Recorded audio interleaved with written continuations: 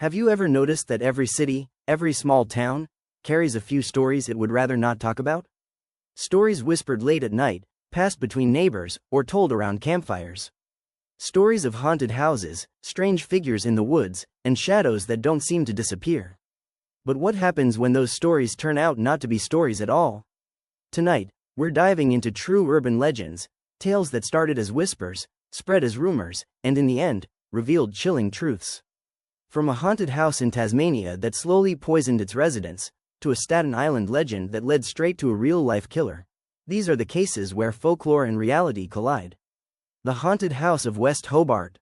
West Hobart, an inner-city suburb in Tasmania, Australia. On the surface, it looks ordinary: narrow streets, old stone houses, the kind of place where time seems to move a little slower. But for decades, West Hobart has had a reputation for being haunted. Tourists spoke of ghostly apparitions. Locals claimed they'd heard whispers in the night, seen figures in the shadows, felt something watching them. And truth be told, if you've ever walked through West Hobart after sundown, you'd understand why the stories took root. It's quiet, too quiet. The houses lean with age. The air carries a kind of heaviness, as if the town itself remembers things that the living would rather forget. Of course, most of these ghost stories? They were just that, stories. Hoaxes. Fabrications. But in the late 1980s and into the early 1990s, one story shook the town to its core. Because this time, the haunting was real. Or at least, it felt that way. The house that drove its residents mad. Rumors spread of a house so cursed, so haunted, that its residents began to lose their minds. At first, people whispered about it in hushed tones. Parents warned their children not to walk past it. Taxi drivers refused to drive near it. The locals treated the place like a forbidden zone. It wasn't long before the authorities stepped in. Something had to be done. And when they investigated, they discovered something no one expected. The truth had nothing to do with ghosts. It had to do with a plant. The devil's weed. Growing in the trees above the house was a vine called datura. For years, its leaves had been falling into the family's rainwater tank. Which meant, unknowingly, the family had been consuming small amounts of datura every single day. At first, it was subtle. Forgetfulness, restlessness, strange dreams. But soon, things spiraled: paranoia, hallucinations, delirium. The family truly believed they were haunted. And in a way, they were. But not by spirits, by poison. Now, if you don't know about datura, let me explain just how terrifying this plant is. Datura belongs to the nightshade family. Over time, it's picked up names like jimsonweed, devil's trumpet, and the devil's weed. At a glance, it's beautiful. Large, white trumpet-shaped flowers that glow under the moonlight. But inside, it hides one of the most dangerous hallucinogens on Earth. Rituals of madness. For centuries, different cultures experimented with datura. Native American tribes used it in coming-of-age rituals, forcing young men to consume it to face visions of the spirit world. The Aztecs used it as a painkiller, often during bloody rituals, including sacrifices. And in Haitian voodoo, datura became a key ingredient in the infamous ritual of zombification. Yes, you heard that right. Datura has the ability to put a person into such a delirious, detached state that they appear dead, only to wake hours later, confused, terrified, and broken. The effects. Even at low doses, datura is cruel. Unlike other hallucinogens, which create colorful visions, datura drags you into dark, delirious nightmares. Users often cannot distinguish reality from hallucination. They hold conversations with people who aren't there. They see things that don't exist. And they remember none of it the next day. In higher doses, paralysis, organ failure, death. So imagine drinking this poison daily, in tiny invisible doses, until your mind slips completely into madness. No wonder the house was feared. No wonder people swore it was haunted. In truth, it was one of the most disturbing accidental poisonings in Tasmania's history. Today, the house still stands. Empty, quiet, its story buried beneath the weight of time. But ask the locals, and they'll tell you, there's a reason nobody goes near it anymore. But West Hobart isn't the only place where myth and reality collide.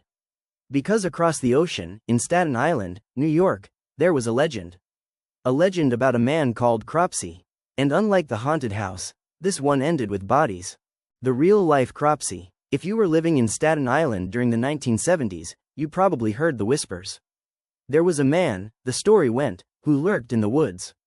A deformed figure with scars across his face, burns across his body, and a hook for a hand. They called him Cropsey. Parents told their kids about him to keep them from wandering into the forest. But soon, the legend became darker. Because children actually began to disappear. The urban legend becomes reality. In 1944, a man named Andre Rand was born in Manhattan. By the late 1960s, he had moved to Staten Island, working for 2 years at the infamous Willowbrook State School, an institution known for horrific abuse of children with disabilities. In 1969, Rand was arrested for attempting to kidnap a 9-year-old girl. He served 16 months. When he was released, the disappearances began. In 1972, 5-year-old Alice Pereira vanished while playing in her apartment building's lobby. More girls went missing throughout the 70s and 80s. And time after time, the last person seen with them was Andre Rand. But there was never enough evidence to convict him. A pattern of horror. Rand became a familiar, unsettling figure around Staten Island. Locals would see him walking with children, buying them meals, luring them with kindness. In 1983, he even kidnapped 11 children from a YMCA, bought them food, and took them to the airport before being arrested. He served just 10 months. But the disappearances continued. Finally, in 1987, police uncovered undeniable evidence linking him to the murder of Jennifer Schweiger, a 12-year-old girl with Down syndrome. In 1988, Rand was sentenced to 25 years to life. Later, more evidence tied him to multiple other disappearances, but he was only ever convicted of one additional kidnapping, in 2004. He won't be eligible for release until 2037. If he survives that long, he'll be 93 years old. That's the thing about legends. They often start as stories told to scare children. But sometimes, the real monster is worse than the myth. And in Maine, there was another legend, one about a ghostly hermit in the woods. Only this time, the legend turned out to be very real. The North Pond Hermit. The Kennebec Valley in Maine is beautiful. Forests, rolling hills, rivers, it's the kind of place people go to escape the noise of the world. But starting in the 1980s, the North Pond community began experiencing something strange. Break-ins, thousands of them. Cabins were raided when nobody was home. Food stolen, propane tanks gone, toiletries, clothing, books, camping gear, all missing. The locals gave the thief a name, the North Pond Hermit. A ghost in the woods. The break-ins followed a pattern. They always peaked around Memorial Day and Labor Day, times when cabins were mostly empty. Despite the thefts, no one ever saw the culprit. It was like chasing a ghost. By 2002, at a community meeting, 100 people showed up.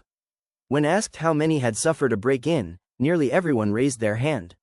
The hermit became a boogeyman. Parents warned their kids, campers told stories around the fire. But in 2013, after decades of mystery, the truth finally came out. The man in the woods. Police arrested Christopher Knight, a man who had been living alone in the forest since 1986. Knight had survived nearly 3 decades in an unheated tent. No fire, no contact with another human being. The only reason he lived was because he stole. For years, he crept into cabins, taking only what he needed to survive.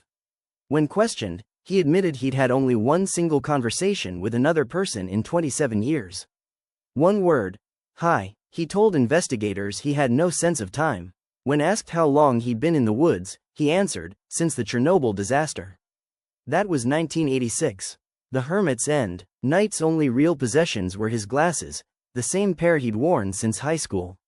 Everything else, even his underwear, was stolen. When arrested, he was sentenced to 7 months in prison. After his release, he vanished once again into rural Maine, living quietly, avoiding attention.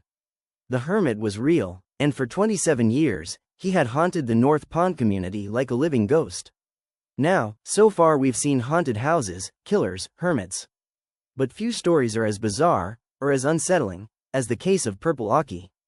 Purple Aki. In the late 1980s, a strange rumor began spreading in northwest England. There was a man, huge, muscular, intimidating, who stalked young men. Rugby players, athletes, teenagers. They said he would ask to touch their muscles, to squeeze their arms, to watch them squat so he could feel their legs. At first, people laughed. It sounded ridiculous, like a prank story teenagers told each other. But it wasn't a joke. The man was real. His name was Akinwale Arobieke. Locals called him Purple Aki. The obsession. For years, Aki roamed the streets and train stations, approaching young men, asking to feel their muscles. He gave out fitness advice. He offered nutrition tips. He was everywhere. But his obsession wasn't harmless. In 1986, 16-year-old Gary Kelly was chased by Aki. Terrified, Gary ran onto train tracks and was electrocuted. Aki was convicted of manslaughter and harassment. But on appeal, he was released, awarded compensation for wrongful conviction. The pattern continues. For decades, Aki was in and out of prison, charged with harassment, intimidation, stalking. Each time he was released, new reports surfaced. Even as recently as 2023, videos appeared of him in Leeds, still approaching strangers. Still asking to feel their muscles. Purple Aki isn't an urban legend anymore. He's alive, and still very real. Le Loyon, the hermit of Switzerland. In the forests near the Swiss town of Maules, rumors began in the early 2000s. Hikers reported a terrifying figure, tall, cloaked, wearing a gas mask. They called it Le Loyon, the hermit of Maules. Dozens of people claimed to see him, always silent, always watching, sometimes carrying flowers. For years, there was no proof.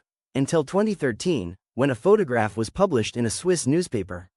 The figure was real. Later that year, his cloak and mask were found abandoned in the woods, along with a note. A note titled The Death Certificate and Will of the Ghost of Maules. In it, Le Loyon accused the media of murdering him, not physically, but by exposing him, destroying his peace.